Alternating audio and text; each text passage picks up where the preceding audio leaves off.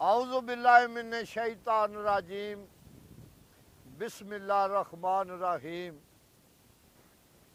मेरी ते रियासत अली दी तरफों वीडियो सुन आया ते वेखण आया नू सारियां नू अस्सलाम वालेकुम। रियासत अली इन्हां दा नां है। बहापुर जिले सियालकोट विच भीलो मार दे कोल इन्हां दा पिंड है। कोई इन्हां को सरनामा नहीं सी, कोई नंबर नहीं सी ते वडवे दे घरों निकले ने ते पहुँच आए ने पुछदे पछांदे इन्हां दा भाई इशक, इन्हां दा प्यार, इन्हां दा मुर्शिद खाना जिहड़ा समुंदरी रोड ते सूफी बरकत साहब असी पिछां गए सां ते असी उन्हां दे दरबार ते हाज़री दे के तुहाडे पीरां दे ते वेख्या सोहना सारा निज़ाम ते अल्लाह आया दे दरबारां ते रौनकां ही फिर वखरियां हुंदियां ने ना। ते मियां साहब बरां दे दो चार शेर ने। तू साहब मैं चूड़ा तेरा ते मैं अदना तू आला, ओ फजल तेरे तू सदके जावा ते तू है मेरा रखवाला। ते मियाँ साहब अरे अपने जिसमें मुर्शिद पाक हो गए ना, क्योंकि निज़ाम सारा एक ही है।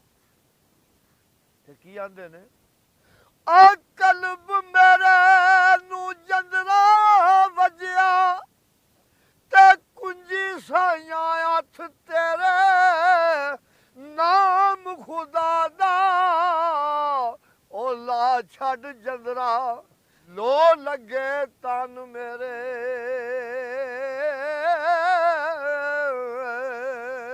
फिर मरीद अपने दरबार हाज़री हो जाता ते की आख्या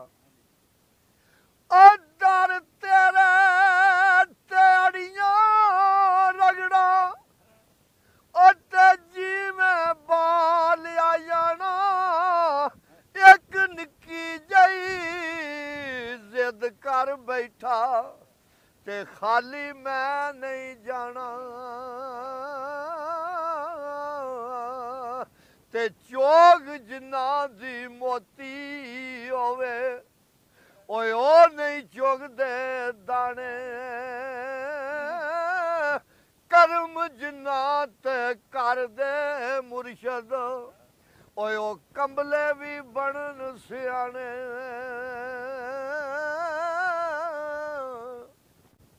ते जो किसे दा आशिक होवे ओ गल उसे दी करदा, सौ सौ मकरबान करके ते मरने ओदे मरदा।